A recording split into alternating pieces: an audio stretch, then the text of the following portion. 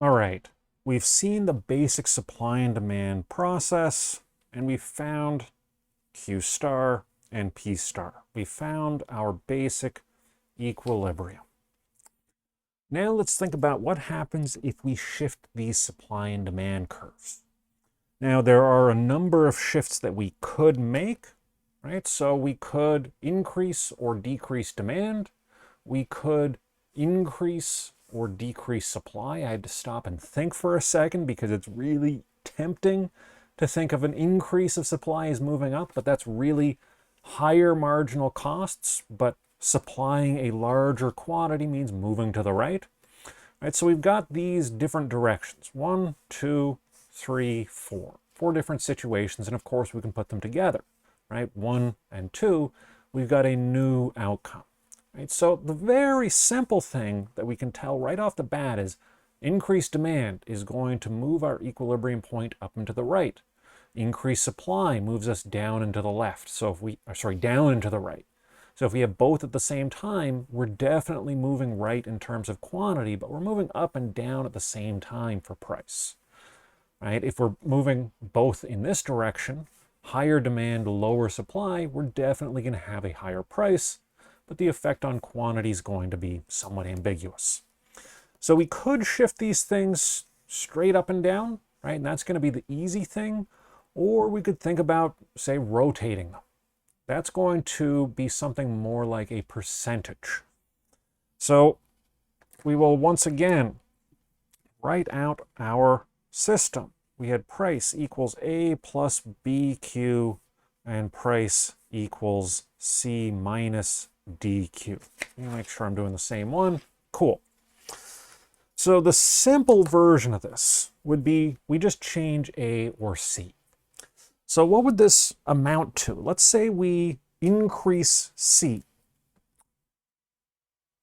That is going to shift this demand curve up to a parallel blue line here. Assume a non-smudgy line.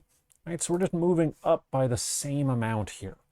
Now this is effectively the same thing we're doing if we think about something like a tax or a subsidy. So in this case, if we say, we've got this product, but also the government will give you $1 if you buy a unit. Well, your willingness to pay goes from whatever the price was and now goes up by exactly $1 because you know you're going to get $1 if you buy that thing. Maybe a little bit less than $1 if there's going to be some paperwork involved and it's going to be a hassle, but we're going to be shifting up in that parallel way. Now, if on the other hand, we get something like the government's going to give you some percentage discount. Well, what's that going to do? Well, now something that provides this much value to us, right? If that provides $100 value and we're getting a 10% discount, let's say an 11% discount just so that the math adds up. Now, let's not even worry about the specific numbers, right? But if we get some percentage discount, then if the price is 20% higher, right, but I'm getting 20% return in the form of some subsidy, then that means I'm going to be willing to pay 20% more than I was when I didn't have a subsidy, right? At least as a maximum. So that's going to have the effect of rotating, right? If we're talking down here where the price is $10, that 20% shift is only going to bring us to 12. At 100, 20% extra brings us up to 120. So we're going to have a bigger gap here than we are here. So that's sort of the very rough intuition. Now for those shifts, like I said, the level shifts, those are easy, right? So you just say, what's going to happen to our price? Well, let's go ahead and think about that. So let's say we have something where the product becomes more valuable in this just some constant per unit amount. So we're going to shift C or A. What should we expect to happen to price? Well, if price is AD plus BC, here's P star, equals AD plus BC over B plus D. And we shift C up. We just increase C. Well, what should be our new price? Well, let's call our new C let's add some symbol, right? So we're going to have P star tilde equals AD plus B C tilde over B plus D. Right, so A, B, and D are all staying the same. We're just changing C. Right, we're going to make C, say, $1 higher, something along those lines. So now we've got a new price. It's the same formula. We're just going to have a different number in there. Now we could ask what happens to the price. What is the change in price? And so there we're just going to say, well, we start with some price, and then that price adjusts to this level. So the difference between those two is going to be our adjusted price, our change in price. So in this case, our price is going up. We know that P tilde is the higher price.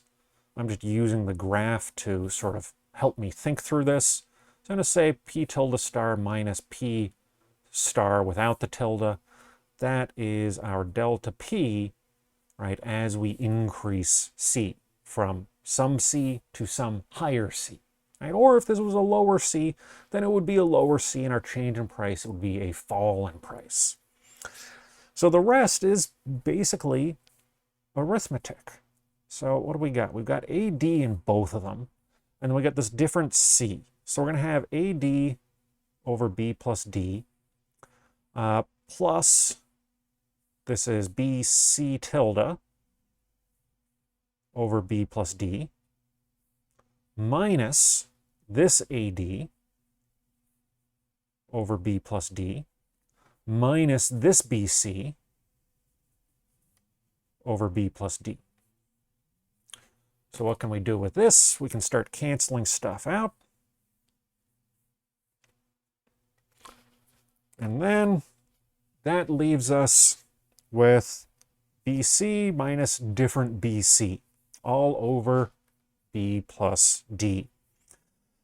So let's see, we can factor out that B, and what we're really looking at is C tilde, our new C, minus this higher C, or the original C, all over B plus D. Now it's tempting to say let's cancel these B's, but this is B plus D, right? We can't cancel neatly. If this was B times D, it would be easy to cancel.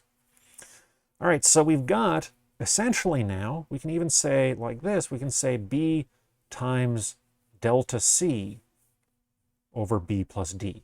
All right, so now we've got a formula that can tell us what's going to happen to our price as we change this. For quantity, we can do similar sorts of stuff, right? We can just put in that new C. So all we're doing is we're changing the value of a parameter. I will do the percentage in a separate video because the sun is setting and pretty soon my room is going to be entirely dark. So let me make sure I've got what makes sense here. Well, we've figured out delta P. Figuring out delta Q is not going to be difficult. The other thing that we might be concerned with would be the change in surplus value, which in this case is just going to be this green rectangle here. All right, so what can we do to figure that out?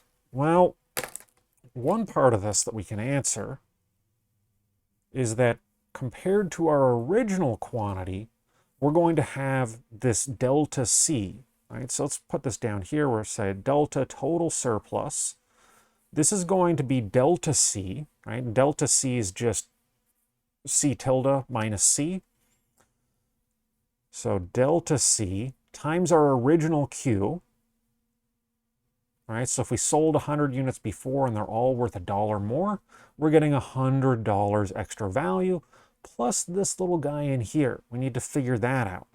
So that's going to be plus delta Q, which we can figure out, but we haven't yet. Delta Q times delta C all over 2, right? Because we're getting a triangle. This triangle's base is delta Q. Its height is delta C up here. And then divide by 2 to get from the rectangle to the triangle that we care about. And then we tack that to what is effectively a rectangle that we're getting from this.